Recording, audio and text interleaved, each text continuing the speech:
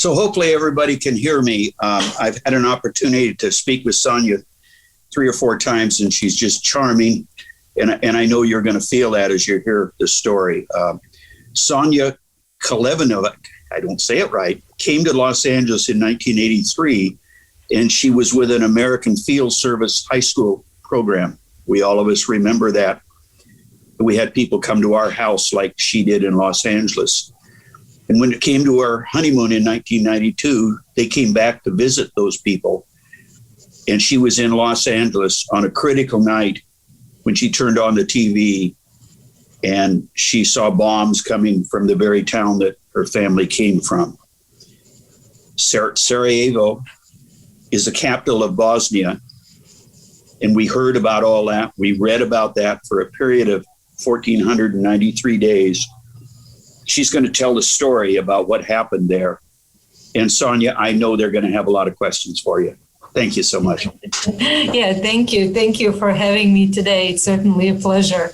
As you said, I first came to this country back in '83 for just 1 year as a high school kid, and then returned back home to my home country, which was then called Yugoslavia.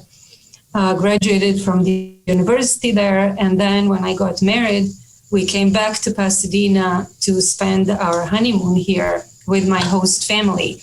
But shortly after my husband and I arrived, the war broke out, and we were never able to return.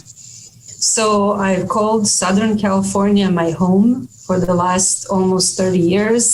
I've been working for the same company for nearly 25 years. And I'm not a writer by profession, actually far from it. I've been educated and worked in finance my whole life. So to actually have my book published and to be in company of people who are interested in hearing my story is really an honor. So thank you again for having me today. So today I'd like to talk to you a little bit about how and why I wrote this book. But more importantly, I'd like to talk to you about the story of Sarajevan people and how it relates to us today and what we can perhaps learn from it as we navigate our own feelings of being under siege during this pandemic.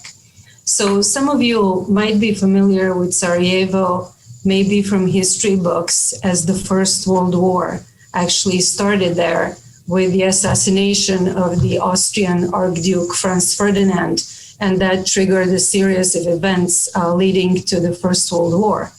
Or if you're a sports fan, maybe you'll remember that Sarajevo hosted Winter Olympic Games in 1984. But most likely, if you know name Sarajevo, you remember it because of the infamous Sarajevo siege of the 1990s, as it was on primetime news all over the world for years. And it's actually incredible to think that this could happen to a capital city in the middle of Europe at the end of the 20th century. And not just any capital city. It was a city that was widely known for its tolerance, full of educated people, and to reduce their life to almost like a middle-age type of siege, it's really incredible and mind-boggling. So I often get asked, well, how did this happen? Did you not see it coming? Why did it happen? And certainly some of these answers may never be found, but some of them are hidden in the long history of the city. So I'm just gonna touch very briefly on its very important points. So ever since its beginnings in the 15th century, Sarajevo has always had a very varied population in terms of religion and ethnic structure. Its first residents were Slavs who converted to Islam because the city was founded under the Ottoman rule in the Balkans at that time, and then Catholics and Orthodox Christians. In 1492, when Jews were expelled from Spain, some of them also came to Sarajevo. So all residential areas were structured around houses of worship, and given the size of the city, very small at that time, obviously, were built very close to one another. So from very early times, people in Sarajevo learned to live together, to respect other cultures, religions, and over time they adapted to this way of life to such an extent that in all their diversities, they kind of became an identity, and that of a Sarajevan. So this philosophy of common life carried through generations and became kind of an unwritten law of life in the city. Governments changed, 400 years of Ottoman rule, then came the Habsburg monarchy, then the Germans during the Second World War. And then at the end of it, in 1945, Sarajevo was liberated and became a capital city of one of 6 equal republics of Yugoslavia, called Bosnia and Herzegovina. And so now I would like just briefly to share my screen to show you a map of pre-war Yugoslavia, so that you can have some perspective here. So this is the map of Yugoslavia, and you can see that most of these other republics, Slovenia, Croatia, Serbia, they have obvious population majority. But look at Bosnia and Herzegovina. It's really mixed. You had Muslims here, you had Croats, Serbs, and then a lot of these areas, these white pocket areas where there was no population majority at all, and including there is the Sarajevo. So Bosnia, especially Sarajevo, has always been really a melting pot of all these different ethnic backgrounds and religions you could find in this area of Europe. So to divide this country, I once heard someone said, would be to literally draw borders through people's bedrooms. It was really that mixed. After President Tito's death in the 80s, Yugoslavia started to crumble. Nationalism was on the rise, and some Yugoslav republics wanted to break away from the rest of the country and become independent nations. So it was relatively easy if there were structures were simple. For example, like Slovenia, the most Western one, they declared their independence from Yugoslavia first, and that was followed by Croatia. But then in the spring of 1992, Bosnians voted for their independence as well. But a huge population of Bosnia were the Serbs. And they, not all of them, backed by Slobodan Milosevic, who was then in power in Serbia, and the Yugoslav army, wanted Sarajevo and other Bosnian territories to be part of this greater Serbia. And so in April of 1992, they besieged the city. So important thing that I want to point out here is that not all the Serbs really were for this. A lot of them opposed this idea of Bosnia being part of this newly formed Yugoslavia. And many of them lived in Sarajevo, and they suffered throughout the siege, just like everyone else. Stop sharing for a second, and then I'll come back to it later. So Sarajevo siege was by far the longest armed siege of any city in modern history. It was 1,425 days long, so almost 4 years. During this time, the city, which is geographically situated in a valley encircled by high mountains, was completely surrounded under constant shelling and sniper fire.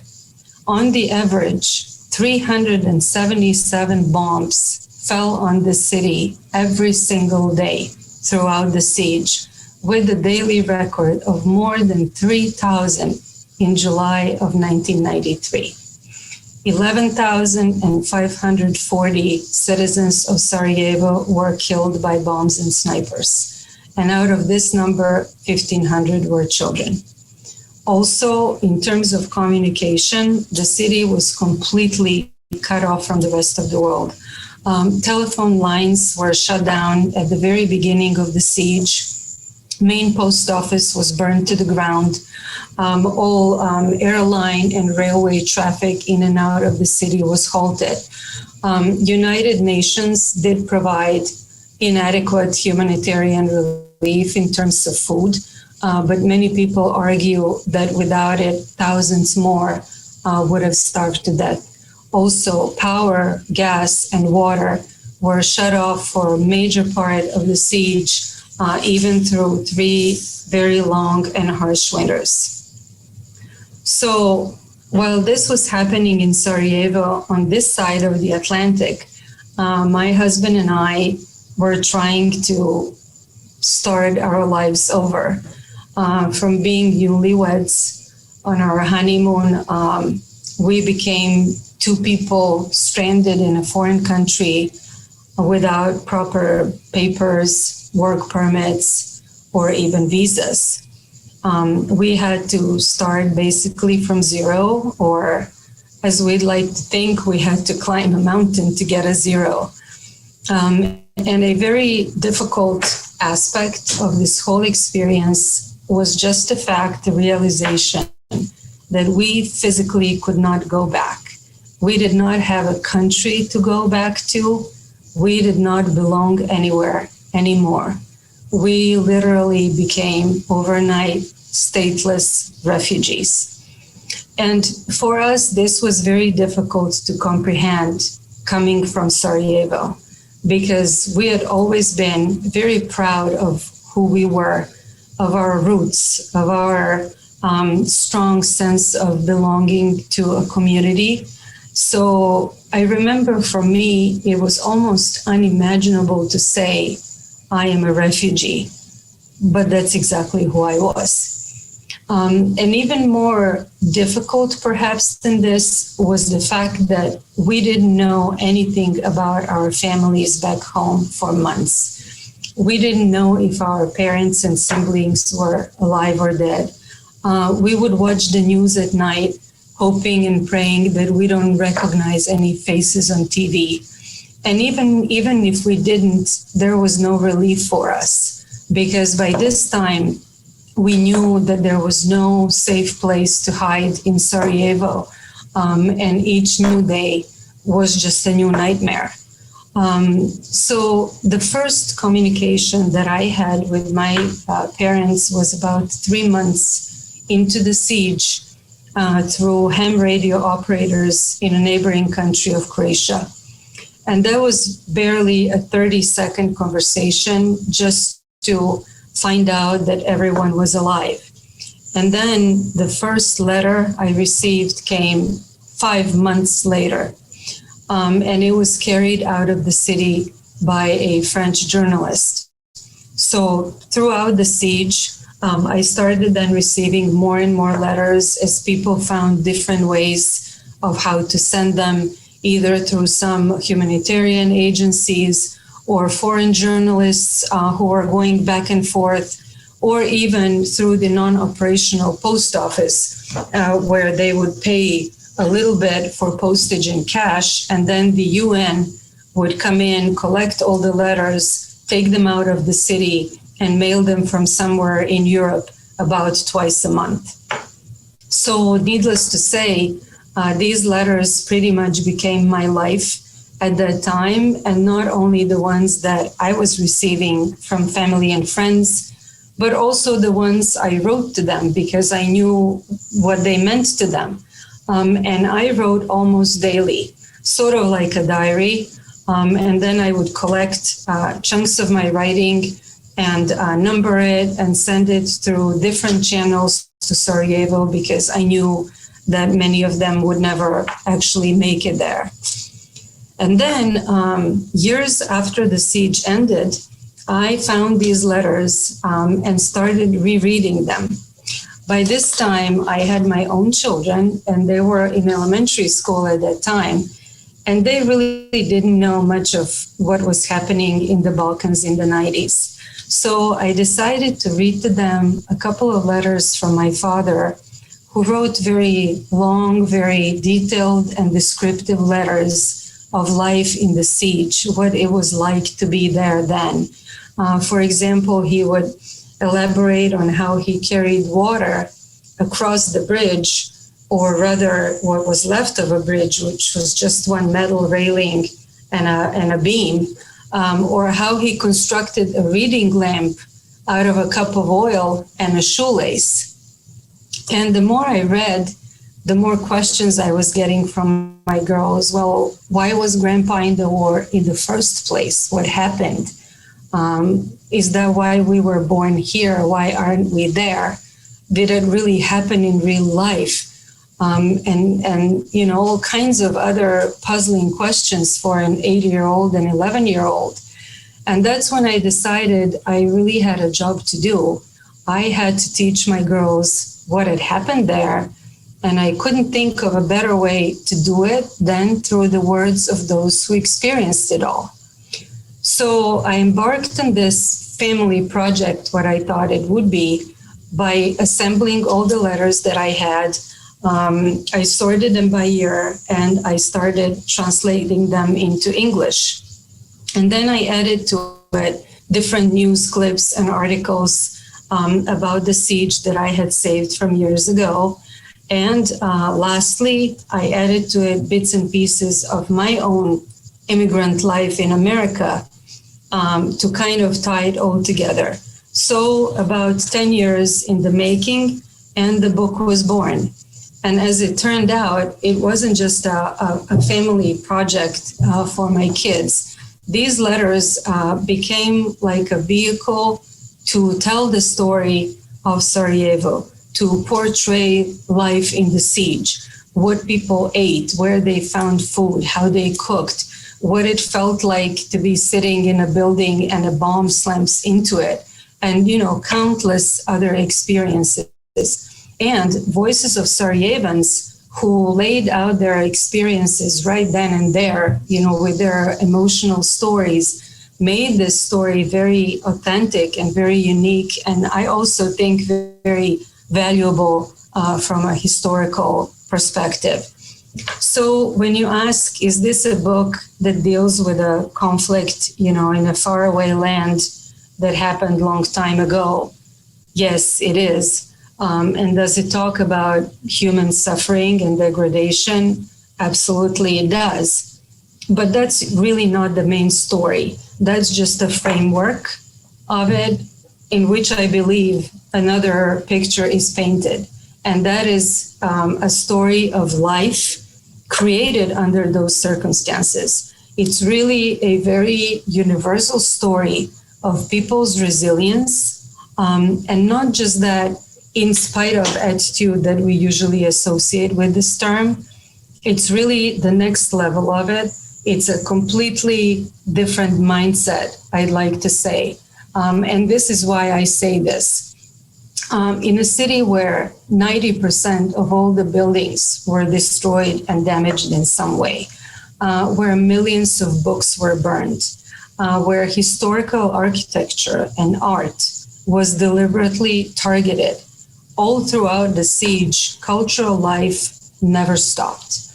There were comedy shows, 250 concerts, 100 new art exhibitions, war cinema, children's plays.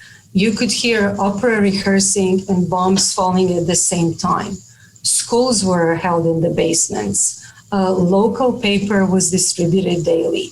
There was even a beauty pageant that was called Miss Occupied Sarajevo, which years later inspired the band U2 and Luciano Pavarotti to write a song about it. There were weddings and birthday celebrations, cakes made of stale bread and rice. Jokes were told. I remember my brother saying how war diet has its advantages because everyone has lost all the weight that they had always wanted to lose, and no one has high cholesterol anymore. Or my mom, she cooked just with a handful of ingredients for years, but she called her dishes all these elaborate different names. And my father swore they all tasted differently. And he worked for a local paper translating articles from French and kept himself busy all the time with it. And he actually said something strange that kind of stayed with me. He said about this whole, life in the siege situation, he said, one moment you venture out of your basement onto the street thinking realistically, your life might be over in the next couple of minutes. But that's just a thought. The next thing, you start thinking about your long-term project you're doing, and you act as though you're going to be there forever. So to me, this kind of sums up what perhaps carried these people through, that, something to fight for, to live for is always there, but we have to really find it in us. It's not going to come from the outside world. But when you think about it, you realize how difficult this was. If you just think about the isolation that these people felt, being completely cut off from the rest of the world. And, I think about it a lot these days when people say, oh, it's difficult, during the pandemic, we're all isolated. Well, are we really? When you think, what does it really mean to you? We have internet. We have access to news and events. We know what's happening around us. We can Zoom and Skype with family. We're connected to our community, to our colleagues at work. We can work and function. We can go out for a walk, buy groceries, take a road trip. There are so many opportunities for us not to feel isolated. So to kind of put things into perspective a little bit, I'd like to read to you a paragraph of what my father wrote about isolation. This was about 2 years into the siege when he and my mother received the new radio that I managed to send from here, one of those emergency radios that you can wind up and it can work in all kinds of different situations. So this is what he wrote. He said, our new radio is out of this world. I'm thinking you're laughing now, which is understandable. But I can tell you this, the feeling of isolation is one of the worst feelings I've ever experienced. And I'm not that young, so there have been quite a number of them. The isolation we feel here in our own prison, weeks and months in darkness and silence, is to me pretty close to being in an isolation cell in a real prison. No wonder some people have lost their minds in this city, particularly people who live by themselves. Radio is our only connection, our only link to the world, our only source of information as to what's happening to us, our only source of entertainment. It's the single most important and vital thing for our survival, ranking way up there with water and bread. And now, thanks to you, we don't have to worry about our radio dying if we don't have batteries. We don't have to be careful about the amount of time we listen to it. And we don't have to sit in silence for 2 days while it's being charged from a car battery. I'm telling you, our new radio is out of this world. So now I would like to go back and share my screen and show you some pictures from before, during, and after the siege. So here's my slideshow, I believe. So here's Sarajevo, so you can get the idea of its geographic position in a valley encircled by mountains. This is one more picture of it. And this is the city before the war. This is the old town of Sarajevo. And when I talked about how different people lived together for centuries, here's a mosque, here is a Catholic cathedral, and here is a Christian Orthodox church, very, very close to one another. and you can see these high mountains in the background there. And this is what it looked like when I returned after the war. On the left is the Parliament building, and this is on the right, a close-up of that building. And these two high-rise buildings are the same as these, just from the other side. These are residential neighborhoods. These are also the pictures I took. On the right here is the building of the main local newspaper, completely destroyed. This is my parents' house, obviously before and after. It was a weekend house that a lot of people over there had built, like on the outskirts of the city or in the mountains. It took a direct hit, and as you can see on the left, not much left of it. That's what I found when I returned there. This is a little bit of life in the siege. On the left, probably what my father was explaining, how he carried water over the bridge. And then on the right, how people had to cut city trees to make firewood. These are a few photos from that beauty pageant, Miss Occupied Sarajevo, held in 1992. And this is some artwork of a group of young people. On the left, actually, is a postcard that I received during the war from a friend. You can see Mona Lisa crying, and in the background are the motifs of the old town of Sarajevo. And then on the right, some posters that these people created during the war. And also, you know, some that commemorate 10 years of the Olympic Games in Sarajevo. Now, this is a very famous building in the city. It's a city hall and a national library. It was deliberately targeted in 1992. And in this fire, 1.5 million of books were gone. With it, 155,000 of rare books and manuscripts on the history of the country, going back to the Ottoman rule, and the whole collection of the University of Sarajevo Library.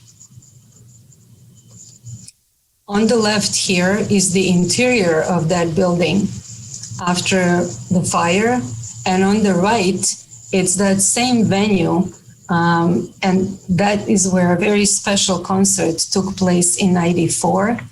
I don't know if you can see here, it's Maestro Zubin Mehta, a famous conductor who came to Sarajevo during the siege to conduct Sarajevo Philharmonic Orchestra. They did Mozart's Requiem, and that concert was broadcast in 76 countries around the world, including here in the United States. And I watched it, of course. And this is a very famous war photo of this woman, and it was taken in '94, and it's called Woman Who Brought Glamour to War Zone. On the right, you can see that lady, you know, years later talking about this photo. And she said how she didn't even know that she was actually a star, because this photo appeared on all major magazines and news covers, you know, during the siege when it was taken, but she didn't even know it. Of course, she was busy trying to survive in Sarajevo. But something interesting, you know, it tells you a lot about, you know, how these people managed through all of this. This is what she said about this photo. She said, I walked slowly with my head held high. I didn't want to show anyone I was scared. I wore my best clothes in the war. I cut my own hair and warmed up my dried up mascara in hot water so I can put it on. This was my answer for those who wanted to kill us, or even worse, to humiliate us. These are some before and after photos that Scottish journalist who came to Sarajevo in '95 and actually stayed there, still lives there, he took as some of the buildings were reconstructed. after the war. Here on the left is the National Library building I showed you earlier and how it looks now. And on the right is the building of the main post office. This is again the interior of the National Library and City Hall, which I think is reconstructed just beautifully. It took about 15 years to do so because the building is originally from the 1800s. And this is what that building looks like now. These are recent photos. And this is something I think very, very interesting and unique. I took these photos on one of my visits to Sarajevo. This is a permanent exhibition in the Historical Museum of Bosnia, where people donated objects that they used during the siege to make their lives easier. So you can see on the left here in the bottom some kind of vehicle to carry water. It looks like a beer crate or something with some little wheels. And then on the right here at the bottom is a whole collection of different stoves that people made from all kinds of different objects, big cans or whatever they could find. My parents had one of those, and it was made out of a pressure cooker turned upside down. And my dad was marveling how good it was, because pressure cooker can hold heat for a long time and you can actually cook a full meal in it. And something really unique that I found at this museum and nowhere else in any museum that I visited in the world, that people were actually so moved by what they saw that they left a bunch of these notes all throughout. I was finding them and I took pictures of some of them, like notes of solidarity and, how war is an awful thing and just all kinds of little notes throughout this exhibition. This is unfortunately what's left over luge and bobsled track from the Olympics. It kind of is now like a tourist spot. I think maybe an outlet for some young artists here, but it is completely destroyed and of course not in use anymore. And these are called Sarajevo Roses. These are obviously bomb craters in the streets. So when the streets were reconstructed after the war, the authorities decided to fill some of them with red asphalt to kind of preserve this as a monument, if you will. And this is a memorial for all people who lost their lives during the siege, the civilians. These are chairs that were placed throughout the main street of Sarajevo, 11,541 of them.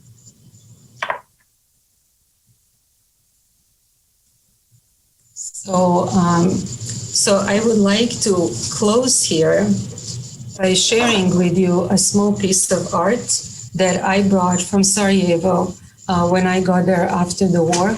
This is a little vase that is made out of a bullet shell.